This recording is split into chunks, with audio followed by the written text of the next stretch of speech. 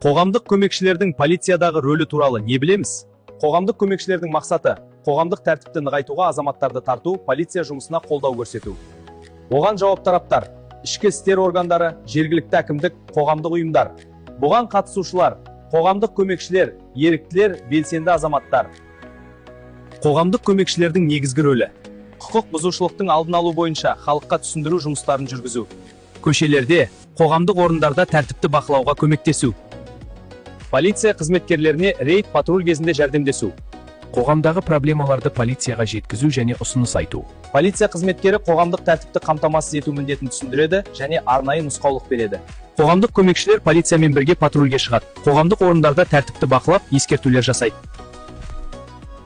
Мырза, қараңыз, анау жүргінші жол ережесін бұзып жатыр. Рас па? Қазір тексеремін. Құқық бұзушылық анықталған жағдайда полицияға хабарлайды. Көшелерде, мектептерде, базарларда құқық бұзушылықтың алдын алу бойынша парақшалар тарату. Полиция басшысы қоғамдық көмекшілердің еңбегін бағалап, алғыс хат табыстап, марапаттайды.